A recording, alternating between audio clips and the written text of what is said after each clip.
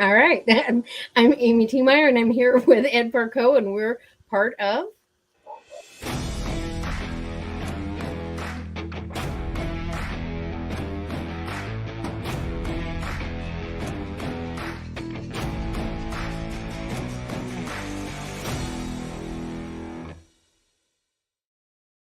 You're always so shocked that we start the show. It's always amazing. It is absolutely on You're like time. my wife. She comes home and the air conditioning's on in the garage, and she's like, "Oh, he must have left it on when you came home and run somewhere and come back." No, my truck's in front of the house. I'm in there working. So I know where you ladies get it. You're too comfortable. Anyway, what's Whatever. today? Who we have on the show today?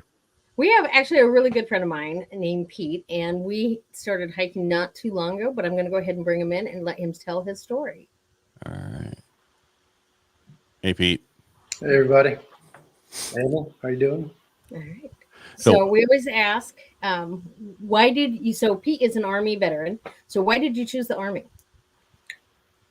Oh, I chose the Army because, a lot of my uncles and my father, well, my uncles were Marines. My father was in the Army. It was kind of the path of least resistance. I had an uncle that was in the Navy. I know I didn't want to go in the Navy. I had an uncle that was also in the Air Force, and I didn't want to go in the Air Force. So the Army, and actually to even go before that, is I actually hated the military because my father was, career service infantry guy, and I felt like I was in basic training my entire life.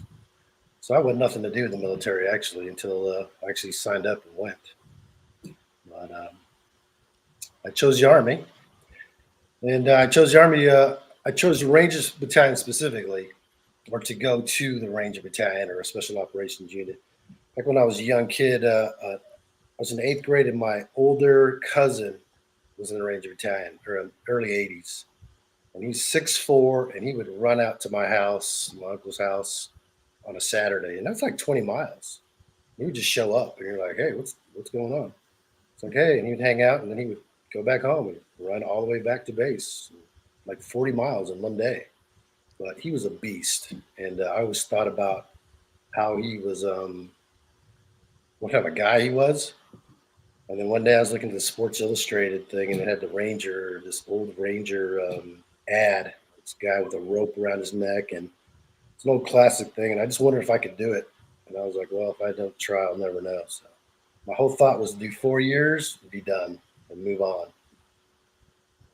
and is that what happened? No, well, I mean, I made it all the way to the Ranger Battalion, but 10 years, into that, I was still there, and I actually loved it. And I was like, I'm never going to leave. They're going to have to kick me out, which they All right. eventually did. All right. So you're a Ranger. Where were you stationed? Here at Fort Lewis. I'll get that for you.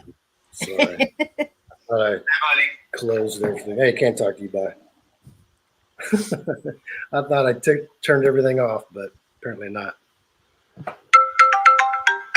It's not. I'm going to say you have to put your glasses on to hit the right button. I know. I don't want to have to. I don't want to. I don't even know how to get back to you guys. We're still here. We can see you. Wow. It's because you're a Ranger. Yeah. You don't know technology. I'm not going to lie to you right now. I have no idea where you guys went. We are here and we can see you and hear you just fine. Are you on an Apple, I assume? No, I'm on a. Yeah. Wow. This is embarrassing. That's right. Just try to find that Chrome window. There. There. Now you can see us. There. I'm glad we're here. Yeah. Technology today. Well, I'll be honest with you. I didn't have Chrome until about an hour ago. Yeah. Most people don't.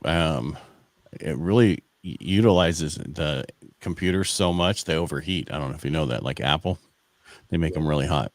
So using the Chrome window. The fan's on. Yeah. It doesn't. Yeah. Anyway. All right. So you're Army Ranger, and you did that for 10 years. I asked you where you're stationed, and you said you were at. I was up here in Fort Lewis, 2nd Ranger Battalion. So you're there the whole time? Entire time. I Wow. did airborne basic rip, and then got here and did my whole career here. Oh, active duty career. So what happened at 10 years? Like, why did you stop being a ranger? Well, actually, at 8 years, I was doing a live fire exercise in Panama. It's just kind of this horse and pony show, and had a bunch of high ranking folks, and we were out doing this village live fire exercise, and I took a round to the ankle, right in the middle of it, and went right through my ankle, destroyed my ankle, and I thought I would get right through it. I'd be back to normal in a couple of weeks. Our battalion armor was a Marine in Korea, got shot like 8 times, and he was fine. So I was like, I one round, well, it's nothing. It was a lot more serious than that, and I ended up getting separated from the military 2 years later, and subsequently getting an amputation. So at Yeah. that time, did you have any separation services like that, like they do now? Or was there any preparing you for what was next? No, there was nothing at all. There was, I actually, when I got out, the DAV was who I went with, and that was like the only. I mean, there was American Legion, there was other, VFW and all that, but at the hospital was the DAV, and it was the easiest place to get to, and so that's where I went, and it was more just for the out processing stuff as far as make sure you got this medical thing done and this was done, but there was no transition per se. It was like go out and get a job or go to college or figure it out. And that's kind of what I did. Just went and figured it out. Did you go to college? So it's kind of I'm just asking because you said that was what you said. So figure it out. I did. I went. I ended up moving back to Hawaii, and I enrolled into the University of Hawaii, and I was an architecture major. And I was there for 3 years. I was a junior. And my wife at the time, she was also an active duty service member, worked at the hospital, and I had a daughter, and just had a daughter, and it's just the way everything was going. I decided I was going to get an amputation, but I went back to Hawaii, and I didn't have to go to work per se. I had a retirement. My wife was active duty, and I was full time in school. And Very good. I went from there. When did you move back? So I came back. So I had a bunch of problems with, I wouldn't say problems, but I had what a lot of people have with my ankle being shot through the ankle. The issues that I had, I came to the realization that I wanted to cut it off because I was on so much pain medication. It was just kept giving it to me more and more. And when I kind of plateau out on that, they would give me more. And I just got sick of it. I don't want to take pills anymore. And my daughter was just born. I didn't want her to see me as this crippled person that I thought I was because I couldn't run or walk. So I decided to cut my leg off, and went from there.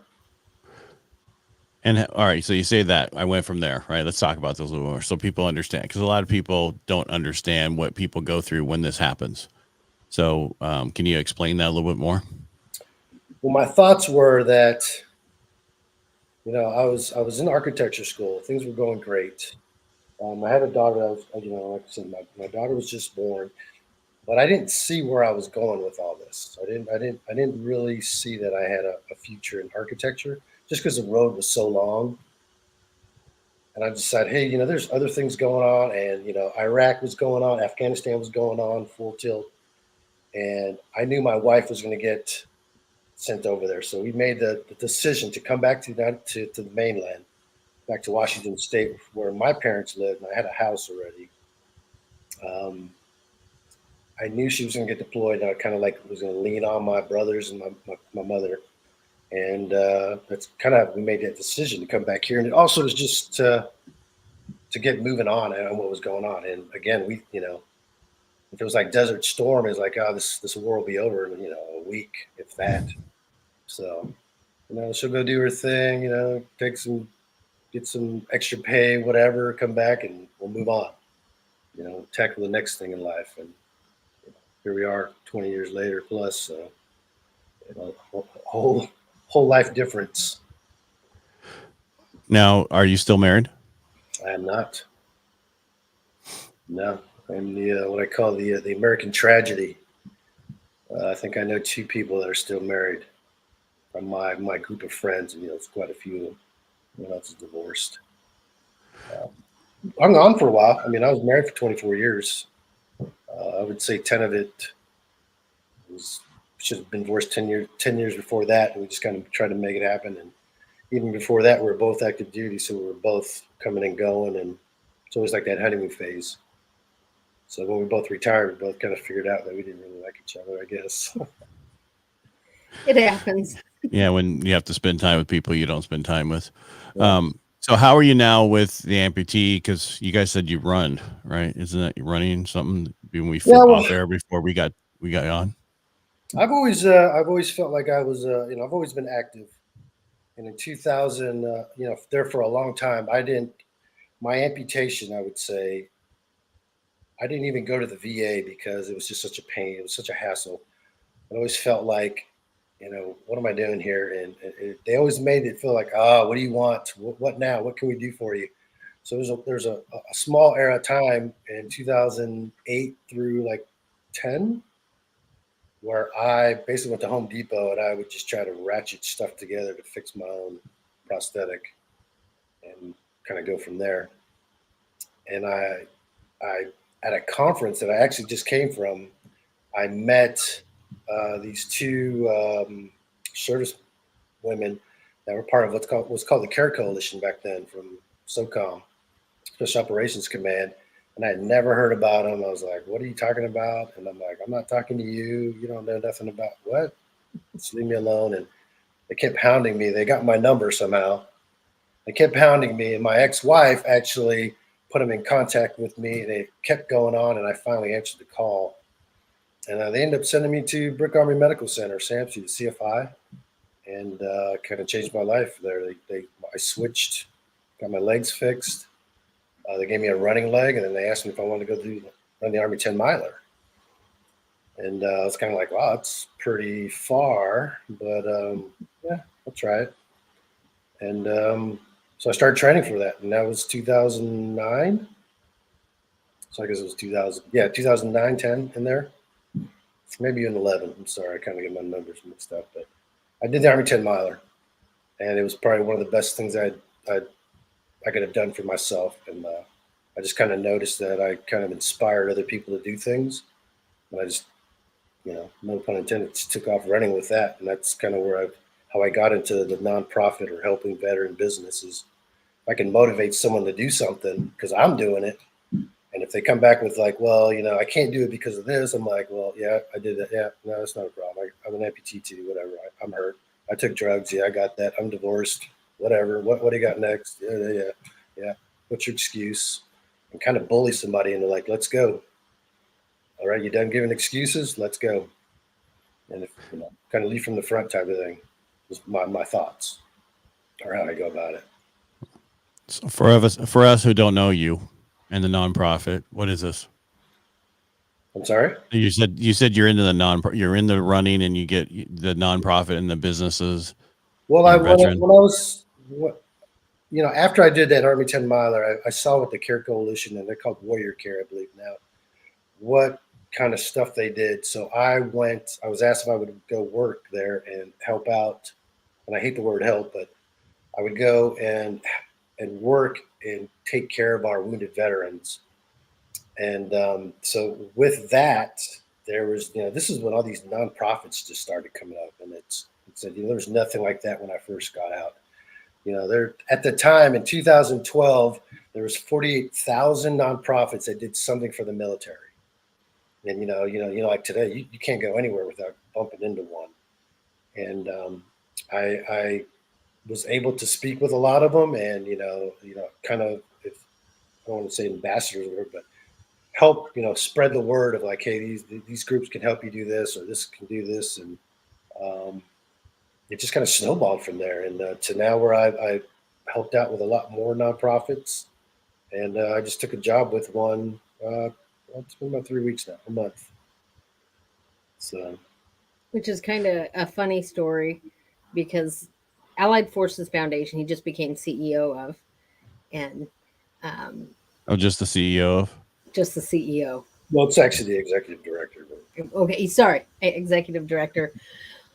But we met on an Allied Forces Foundation ruck march, and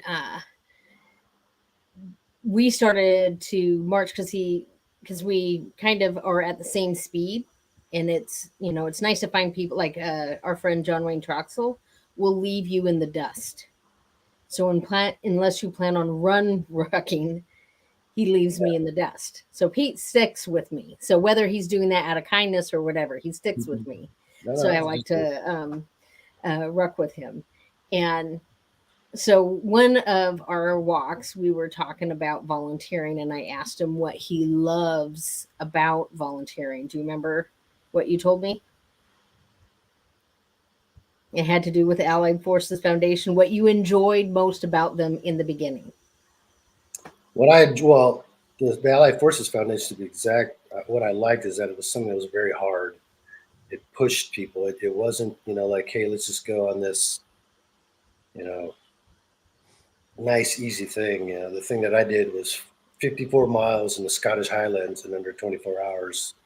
How fast can you go? And, there's no one to help you.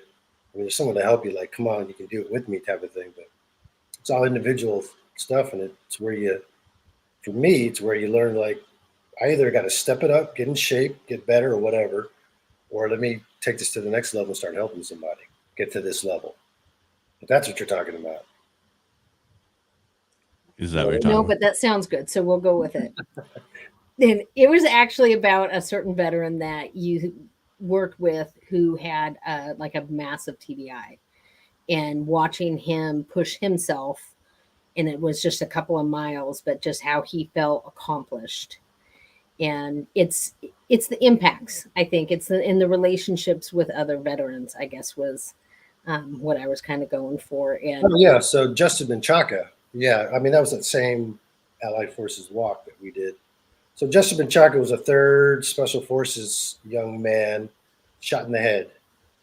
I would say probably 2011, 12, maybe somewhere in there, 12. Anyways, he could not walk, eat, talk, anything, nothing. And he was able to start walking again, learn to eat, learn to, he had this brace that he wore called an Ideo brace, and his left side was paralyzed. And he showed up to Scotland. And I was like, I got one leg, but, it's just walking. I didn't think Justin could walk down the street by himself, let alone the Highlands for 54 miles. It's possible. There's no way. So I started walking with him, thinking like, all right, we'll go a mile, maybe 2, and he'll be done, and then someone will come get him, I guess, and I would keep going. 22 miles later, he makes it to the bronze tent, and we'd walked all day, and I talked to him all day, and I was just like, yeah, this is kind of where I feel at home, I guess. It's kind of weird. I was used to carrying a gun and bringing violence and destruction from the Ranger Battalion to I'm out here just helping a guy walk. We're just walking through the Scottish. I mean, yes, Scotland, much different, but at the end of the day, we're just out walking together and just doing things. And now that young guy is married, got married a couple months ago. He's doing great. And, a lot of people, thought he was done. I thought he was done, to be honest with you. And I hate to say that. So it gives me a whole different view on things, too. Well, it sounds like you do a lot of unique things, or walking, I should say, for people. All right. I'm just saying 54 miles. Most people can't do that, and you guys are doing it injured. Well, you know what I mean. Sure. No. Yeah, I get it. But with disabilities, I guess that would be, or a leg. I mean, and please don't take this wrong, but my wife was so happy when she did her half Ironman and passed a lady who had to sit down and change her sock on her, taking her leg off and changing her sock and putting her amputee her thing back on, prosthetic. I'm like, really? That's what you were so happy about, that you passed one person? Hey, you gotta take your small victories anyway. That's right. Right, that's right. And somebody else is going to announce in the thing. You were rude to that guy when you said that about that. there's nothing Insensitive. You were insensitive. No, that's just how it is. there's nothing you're going to say it's going to be insensitive, because I mean, the guys that I know, Right. stuff I get said, what they say to me. Right. It's a different world being a vet. Yeah. So I believe that. It is really a different world. And people misunderstand all the roughness, which is really just a weird package of love. yeah, you just it is what it is. All right. So the nonprofit you're part of, what do you guys need, and really what do you do? So so I'll go back to, like, there's nonprofits that do all the same stuff. You call wellness, take people out and go walking. I'm coming on board to my ideas are, we need to do a lot different other things. We need to start focusing more on the families and the kids. I'm a Vietnam veteran kid. I didn't go nowhere, and I always thought my dad was just an asshole, and never wanted to go out and all that other stuff that you see now. And now I understand this guy. I don't know what I thought I just hated him. He was just an asshole. It's just the way he is. Didn't want to go nowhere. But since he never went nowhere, my mom never went nowhere, I never went nowhere. We stayed at home. So one of the things that I'm looking to do is we do more local things where, because all these nonprofits, these event things, they take the service member somewhere. Doesn't matter if you go to Key West, because I've been to Key West and done diving stuff with, helping coral reef, and it's all great stuff, and it's all research-based stuff. But at the end of the day, you're still just going to Key West, and your spouse or whoever is at home still doing dishes and cleaning, laundry, and kids are going to school, and it doesn't matter. So I think we need to refocus what's going on. It needs to be a family unit. Spouses need to get together. There needs to be a whole unit, and it stays closer so you can do it in a day or a weekend and not travel across the country, because even that's funds. That it takes up a lot of funds. So that's one of the things, and I think we also need to base what we do off of start giving back and doing the research. Every military person wants to do gifts, no matter what. And now I think we can set up programs. We can set up with academia or researchers, for that fact, just research in general. They have the know-how, or they have their research studies they do. They need to be published. They need guinea pigs, for lack of a better word.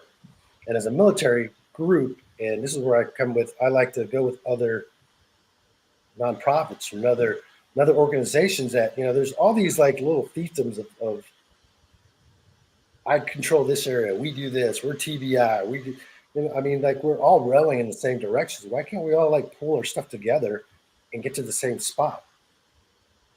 We got all these nonprofits, and one of the things, and I am now a nonprofit executive, but my whole thing is that we want nonprofits to go away. We want them to fail because there's no more participants, and there's no more people to help.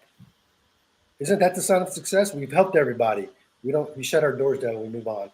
Go back to regular society of whatever that really is. But I know that'll never happen. But it's kind of outrageous to me that we could do a lot more with the funding, especially nowadays. People are skeptical of funding. There's also fatigue. Everywhere you go, like, hey man, give me $1. It doesn't matter where you go, the grocery store. You go buy a bed, you check out. They're wanting a couple dollars so you can give to some fund to help somebody to do this and that. And I just think that, like I said a little bit earlier, I hate the word we're helping, because I don't think we're helping. We need to just help find new purpose, new focus, refocus, if you want to call it that. Changing the mindset of our veterans. If you think about it, when you get out of the military, your first thing is like, did you go to the VA? Did you get your disability? It's like you're automatically a disabled person. And I'm not saying you are or you're not. And there are people. I'm not saying they're not. But it's like it's the given. Like, man, you should have at least. You don't have 100%. I get that all the time. You don't have 100%. No, actually, no. I get 70. Why is that? Because that's what I rate. I'm not going in there, and I'm not going to do that. I don't have PTSD, and I don't have any. I was never blown up. I've lived around explosions, but I just think that, I know this is long-winded in how I'm saying this, but think we should change stuff around, team up, align, pool the money together. Because, like I'm fighting Lockheed Martin for money. I'm going to Boeing for money. I'm going to, whoever. And it's exhausting at that level, and I hate it. So I'm like, hey, let's do these fun little yumps, as we call them, your own marching pace. And let's make people just pay as a registration. There's your donation. And they're outside doing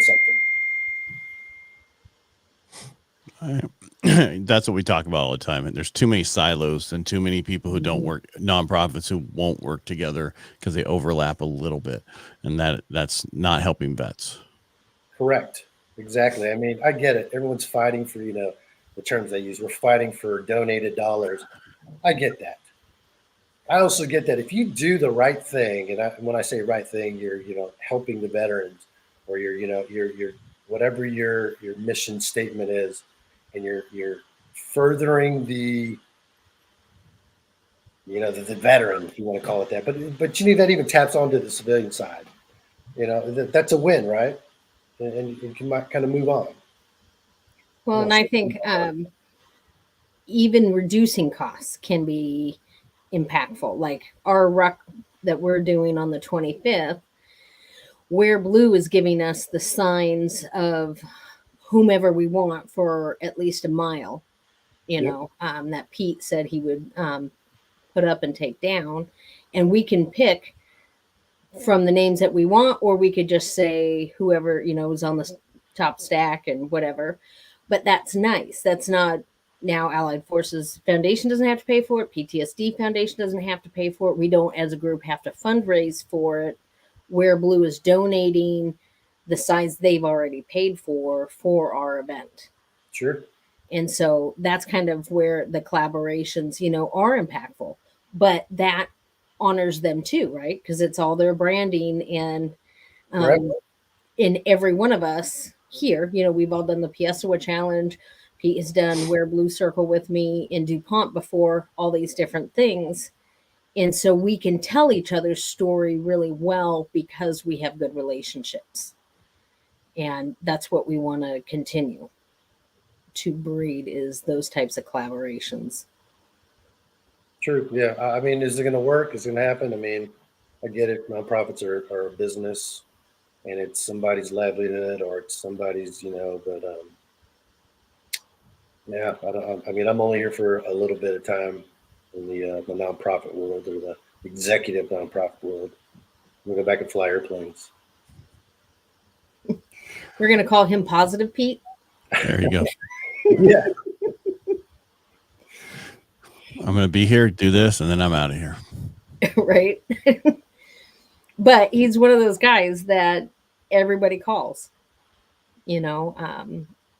so I think we all do as much as we can, which I think as long as, we had talked before this started about being asked to do things that aren't in our wheelhouse, being better about saying, absolutely not, because I can't be of a service to you.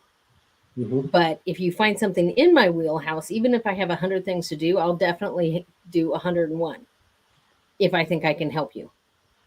Sure. And I've been kind of doing this long enough, 10 years, that, I've met some amazing people doing this. And so, they're good friends that I could call at. I know I could text them right now, call them, and even haven't talked to them in months. We're talking about MVP just a minute ago. I haven't talked to Nate in a while, but I know I could call him and he would answer, and if he could do it, get done. But I've met some amazing people, been in some amazing places, and I'm blessed. Been blessed. Been blessed. I figure just pay it forward type of thing now. Yeah, no longer going to Home Depot to fix your prosthetic. It's a good life. Yeah. Yep. I don't know what they're talking about in there anyway. So. All right. Before we go today, Pete, anything else you want to add? No. But I just want to say thanks for doing your podcast. I've been asked a couple times about doing it. I don't know if I have I know I don't have the know-how, but the energy and all that. But thanks for getting the stories and the word out about veteran issues or helping the brave. And well, that's what we try. That's what we try to do. We try to connect people. That's the whole purpose of it. Yeah. And Pete, thanks for being on today. Amy, thank you for being on today. And if you like what we do here, like I always say, just, follow us. All right, Pete, thank you so much for being here today. Take care. Have a good night. You too.